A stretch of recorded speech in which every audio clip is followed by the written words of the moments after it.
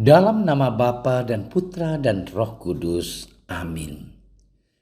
Ya Tuhan Yesus Kristus, bukalah telinga dan mata hati kami, agar kami dapat mendengar dan memahami perkataan-Mu dan melakukan kehendak-Mu.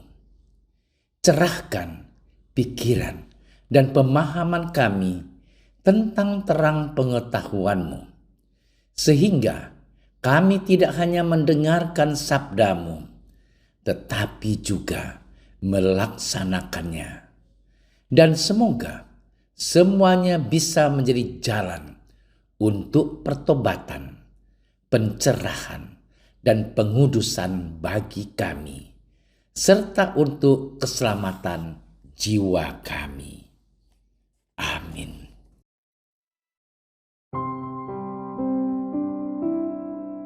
Setelah Yesus yang bangkit berkata kepada Petrus, "Ikutlah aku."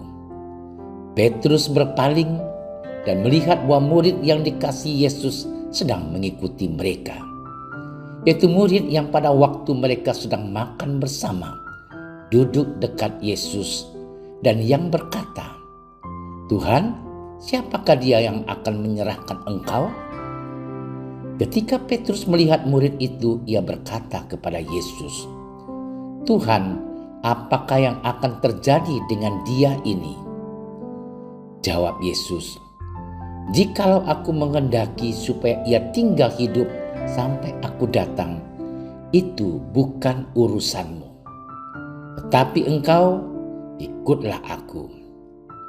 Maka tersebarlah kabar di antara saudara-saudara itu bahwa murid itu tidak akan mati.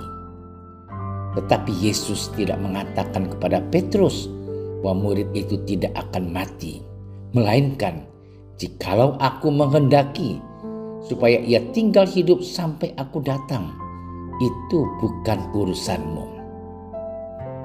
Dialah murid yang memberi kesaksian tentang semuanya ini dan yang telah menuliskannya, dan kita tahu bahwa kesaksiannya itu benar.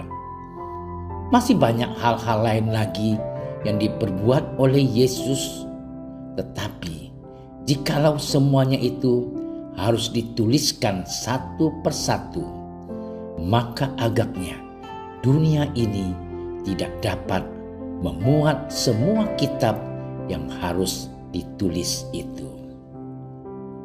Demikianlah sabda Tuhan.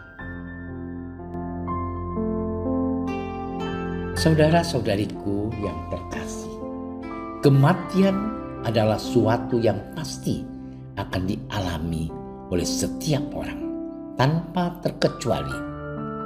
Kematian bisa menjadi sesuatu yang sangat menakutkan bagi kita, sebab kematian tidak ada yang tahu kapan tiba saatnya menimpa hidup kita dan orang-orang yang kita sayangi.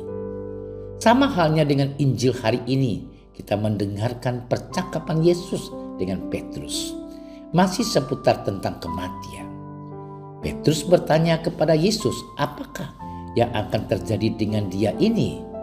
Maksud pertanyaan Petrus ialah ingin mengetahui apakah murid yang dikasihinya itu akan mati dan pada saat kapan hal itu terjadi.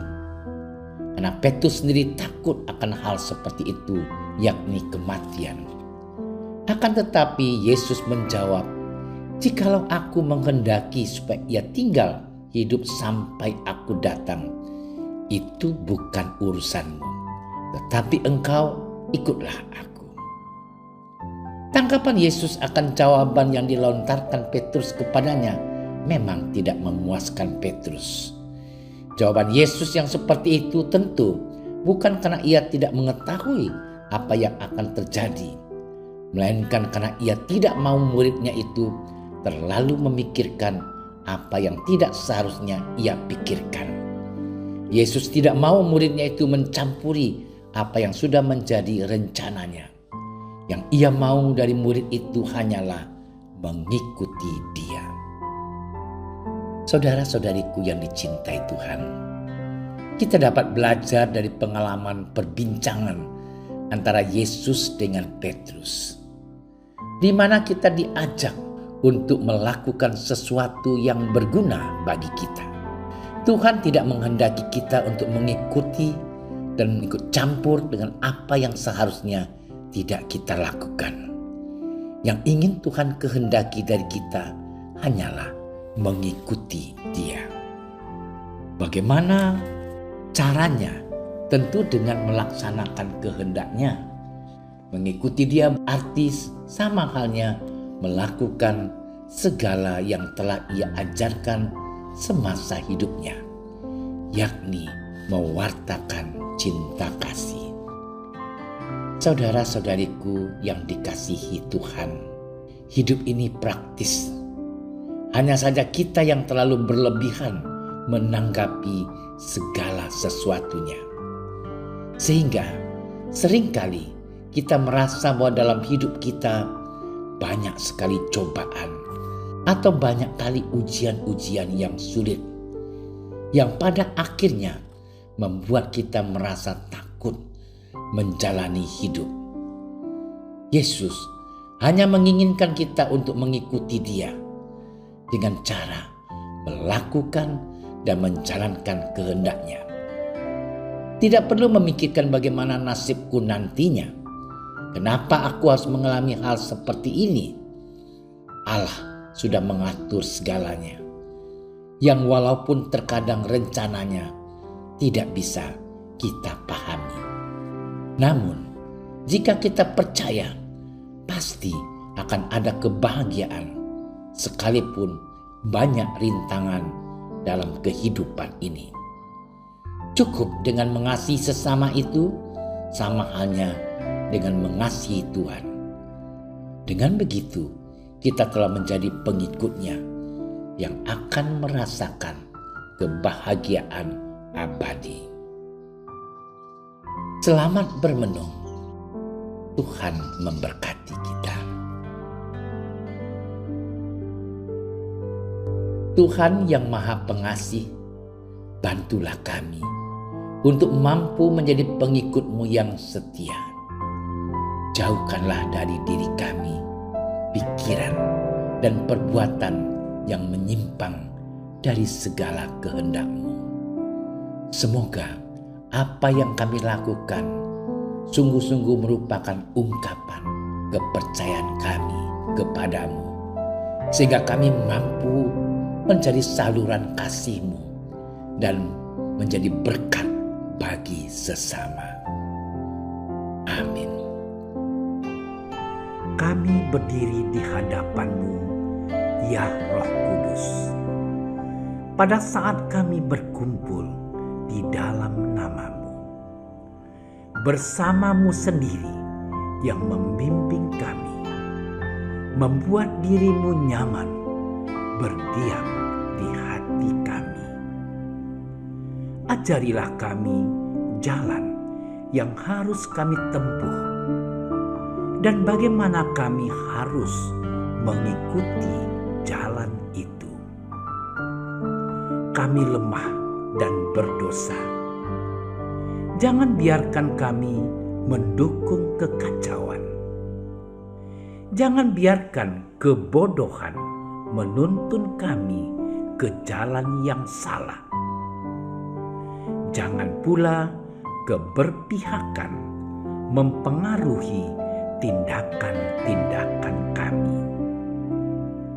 Kiranya kami menemukan di dalam Engkau kesatuan kami, agar kami boleh berjalan bersama menuju kehidupan abadi dan tidak menyimpang dari jalan kebenaran dan apa yang benar. Semua ini kami mohon kepadamu yang berkarya di setiap tempat dan waktu dalam persekutuan dengan Bapa dan Putra untuk selama-lamanya. Amin. Bapa kami yang ada di surga, dimuliakanlah nama-Mu. Datanglah kerajaan-Mu. Jadilah kehendak-Mu di atas bumi seperti di dalam surga. Berilah kami rezeki pada hari ini, dan ampunilah kesalahan kami, seperti kami pun mengampuni yang bersalah kepada kami. Dan janganlah masukkan kami ke dalam percobaan, tetapi bebaskanlah kami dari yang jahat. Amin. Salam Maria, penuh rahmat, Tuhan sertamu. Terpujilah engkau di antara wanita, dan terpujilah buah tubuhmu Yesus. Santa Maria, Bunda Allah, doakanlah kami yang berdosa ini, sekarang dan waktu kami mati. Amin. Kemuliaan kepada Bapa dan Putra dan Roh Kudus, seperti pada permulaan, sekarang, selalu, dan sepanjang segala masa. Amin. Dalam nama Bapa dan Putra dan Roh Kudus. Amin. Terima kasih sudah menyaksikan renungan hari ini. Jangan lupa like, subscribe, dan aktifkan tombol loncengnya agar Anda yang pertama mendapatkan notifikasi updatean renungan harian dari Komsos Keuskupan Padang. Dan bagikan ke sosial media agar saudara-saudara kita dapat mendengarkan dan merenungkan firman Tuhan.